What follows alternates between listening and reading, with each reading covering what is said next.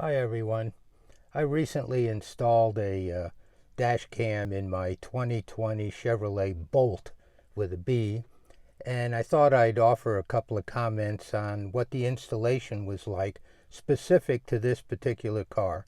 Now you can go on the internet and find loads of YouTube videos about the camera itself, as well as some installations done in other cars, but there seems to be a lack of things that you might encounter on the 2020 Bolt Premier specifically. So that's what I'm trying to do here.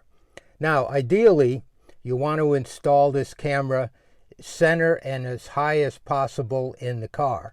And of course, as you can see here, this whole thing here, which has all sorts of electronics and probably some cameras and all of this here with the mirror, it kind of makes it difficult to put the camera dead center. So what I had to do was mount it off to the side, as you see here. Now what I did here, I ideally would have wanted it up higher, but I couldn't do that because the width of the camera perspective was going to pick up the edge of this cover here that's on the window. So I had to mount it a little bit lower than usual because of that. So that's why it's where it is now. Now, you might wonder, why didn't I put it like down here, under here in the middle, but I felt that that would be blocking my field of view. So I decided to put it off to the left and as high as possible, and that particular area turned out to be up here. So, you might also be wondering why I didn't put it on the passenger side of this thing, this housing here. And the reason for that is, if you look close here at the side, you see that there's a slot there for the data card. And I found that periodically, if there was something that I happened to record that I wanted to take out, I would take that card out so that I could take it inside and put it in the computer. But if I mounted it on the other side of this housing here, I wasn't going to be able to get at it very easily. The other nice thing that I like about this particular unit is it comes with the GPS module. Now the GPS module gives you the speed and it gives you the location and that type of thing, but the really nice thing about it is, if you look up here, you see that the wire goes into this module that supports the camera, and that module passes the power through to the camera.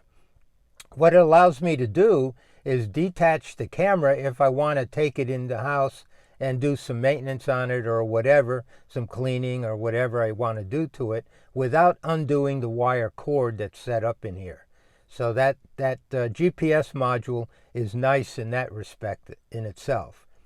One thing I did initially when I unpacked the camera and the accessories from the box was I uncoiled the cord and stretched it out as best I could and sort of let it hang there stretched out at least overnight until I could get around to installing it. That made it a lot easier by taking all the kinks out of it.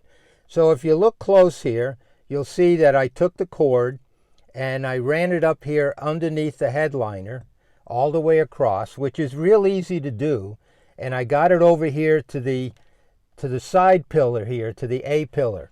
Now, what a lot of people do is they totally remove the covering here on the A pillar in order to string the wire down, and they also remove this rubber gasket that's in the back here along the pillar.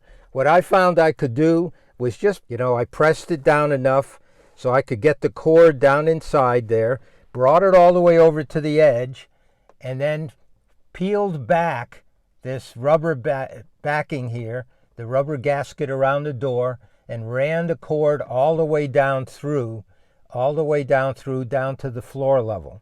Once I got it down to the floor level, then I just plain old wrapped it around and got it over to this cigarette lighter plug, and this plug came with it, so I plugged it in there, and that's where I got the source of power. Now some guys will go and actually get an adapter where you can pull one of the fuses and connect it up through there and hardwire it right into the fuse box. But I preferred to just stick it in here through this thing.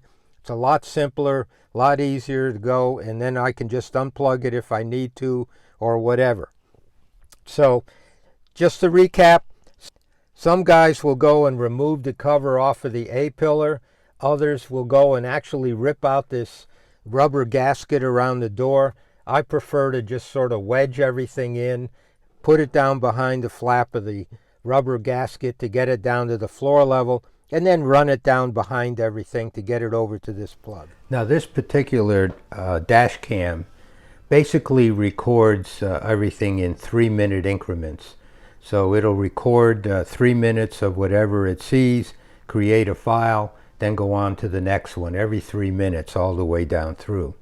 So what you have here is just a brief part of one of those files, just to give you an idea of what it sees in the front there.